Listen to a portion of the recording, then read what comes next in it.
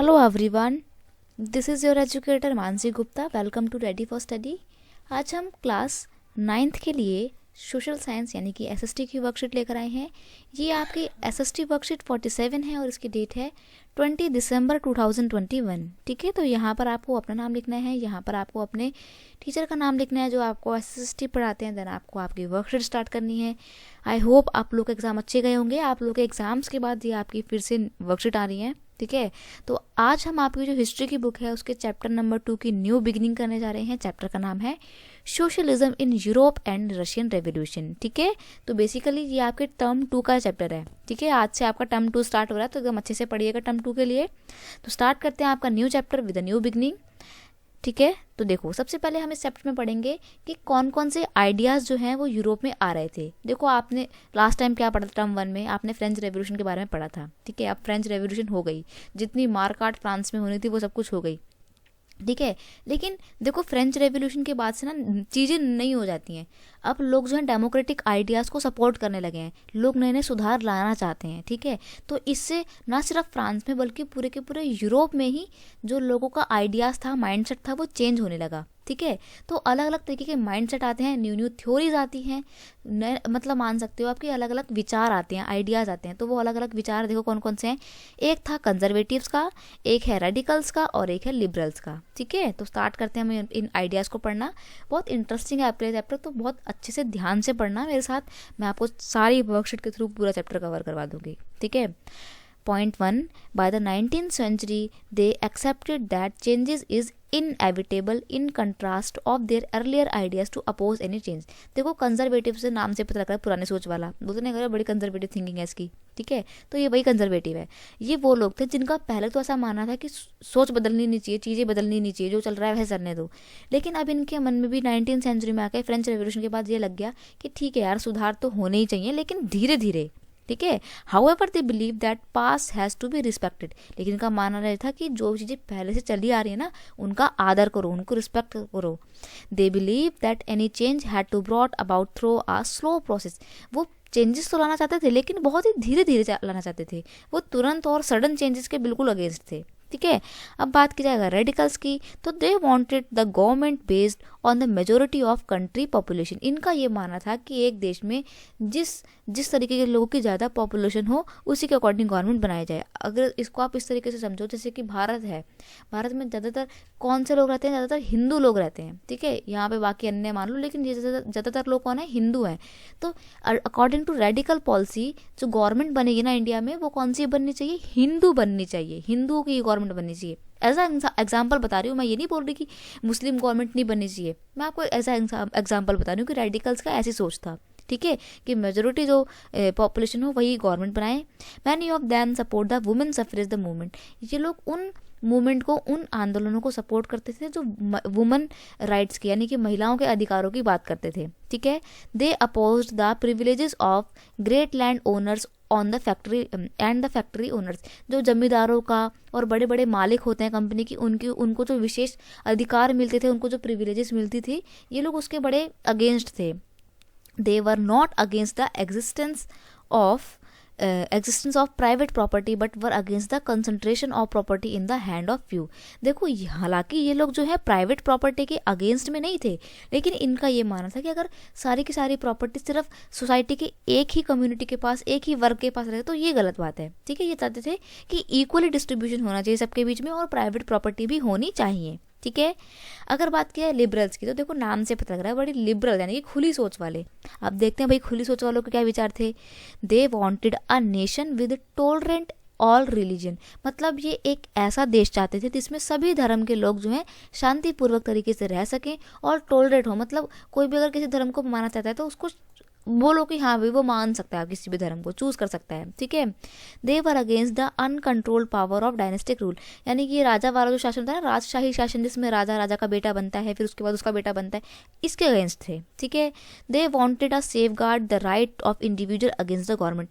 और ये चाहते थे कि इंडिविजुअल, प्रत्येक बंदे को, मतलब पर पर्सन जो है इंडिविजुअल राइट सबको मिलने चाहिए। दे argue for the representative elected parliamentary government. ये जो है रिप्रेजेंटेटिव जो पार्लियामेंट्री गवर्नमेंट होती है, मतलब एक तरीके से डेमोक्रेसी का बहुत सपोर्ट करते थे लिबरल्स। ठीक है, they favour for well train judiciary, ये चाहते थे कि जो जुडिशरी हो वो बिल्कुल वेल ट्रेन हो, ये नहीं कि भाई किसी को भी किसी भी फालतू के बंदे को बोल दिया और वो तुम्हारे फैसले ले रहा है अदालत में बैठा हुआ, नहीं। जैसा चाहते थे कि जो जज बने वो अच्छा पढ़ा लिखा बंदा होना चाहिए। They did not believe in universal adult franchise, लेकिन देखो एक डिफरेंस इनकी, एक चीज़ यहाँ पर, यहाँ तक तो आपने अच्छा पढ़ा इनके बारे में, लेकिन एक बुराई ये थी कि ये लोग यूनिवर्सल एडल्ट फ्रेंचाइज में बिलीव नहीं करते थे। ये बिलीव करते थे कि जिसके पास ज़्यादा प्रॉपर्टी है उन्हीं को वोटिंग राइट्स मिलने चाहिए, ठीक है। तो ऊपर तो आपने वो पढ़ लिया, आइडियाज़ पढ़ लिए। अब देखो सोशलिज्म क्या होता है।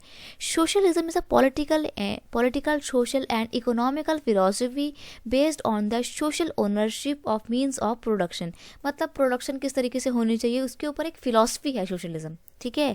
फीचर्स ऑफ सोशलिज्म, सोशलिज्म की आपको कुछ कैरेक्टरिस्टिक्स बता रहे हैं, कौन कौन सी उसकी विशेषताएं होती हैं। तो देखो, according to socialism the production and distribution should be the hand of society और स्टेट, मतलब इनके अकॉर्डिंग जो क्या चीज़ प्रोडक्शन करनी है, किसके लिए करना है और कितना अमाउंट में करना है, ये सारा डिसीजन कौन लेगा, गवर्नमेंट लेगी, ठीक है।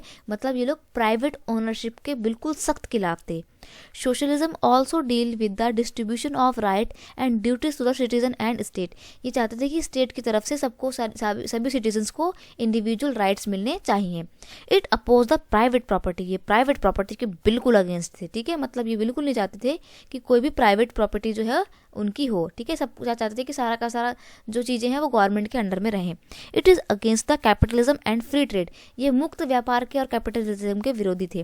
कैपिटलिज्म का मतलब होता है कि हम अपनी खुद की कोई कंपनी चला लें और हमारी कंपनी का मेन पर्पस क्या होगा, लाभ अर्जित करना, ज़्यादा से ज़्यादा प्रॉफिट कमाना। तो ये बिल्कुल अगेंस्ट थे, ये सोशल वेलफेयर की बात करते थे, ठीक है।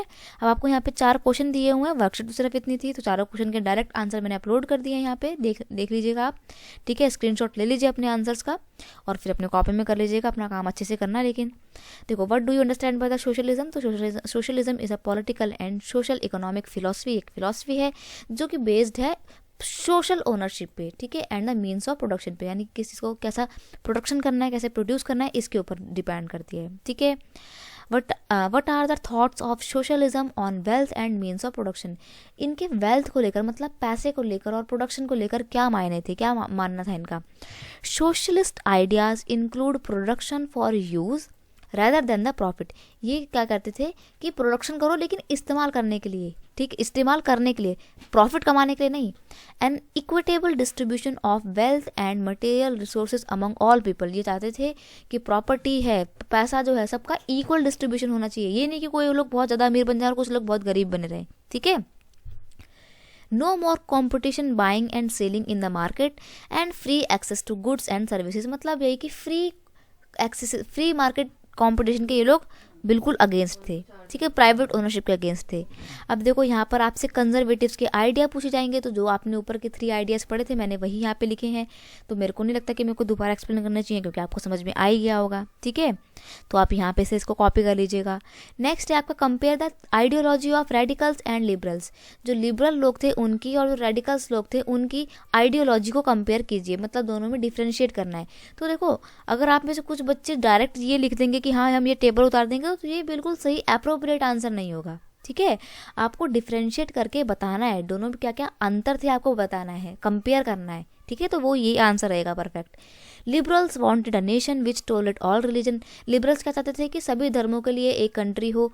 In contrast radical wanted a nation in which government was based on the majority of the country population, वहीं आपके रेडिकल्स क्या चाहते थे कि जो पॉपुलेशन मेजोरिटी में हो सिर्फ वही रहे और गवर्नमेंट भी उसी मेजोरिटी पॉपुलेशन के अकॉर्डिंग बने, ठीक है। ये सभी धर्मों को नहीं चाहते थे। अब बात करेंगे लिबरल्स की, liberal did not believe in universal adult franchise, मतलब ये यूनिवर्सल एडल्ट फ्रेंचाइज में बिलीव नहीं करते थे। They felt man of property mainly should have the voting right, मतलब ये ऐसा विश्वास करते थे कि जिनके पास पैसा है सिर्फ उन्हें ही वोट देने का राइट मिले। वहीं दूसरी तरफ radicals oppose the privileges of great land owners and wealthy factory owners, और वहीं दूसरी तरफ आपको जो रेडिकल्स थे वो किसके अगेंस्ट थे, अमीर लोगों के, यानी कि लैंड ओनर्स के, जमींदारों के बिल्कुल विरोधी थे, सख्त खिलाफ थे, ठीक है। तो दोनों में ये डिफरेंस हो गया। लिबरल्स क्या है, liberals did not want the vote for women, liberals women's के लिए राइट्स की मांग नहीं करते थे, ठीक है, वो नहीं चाहते थे कि वुमेन्स को कोई भी अधिकार मिले। लेकिन वहीं दूसरी तरफ मैनी रेडिकल पीपल जो है they support the women safeguard women, यानी कि महिलाओं के लिए जो महिलाओं के अधिकार से संबंधित जो मूवमेंट चलाए जा रहे थे उसको सपोर्ट करते थे।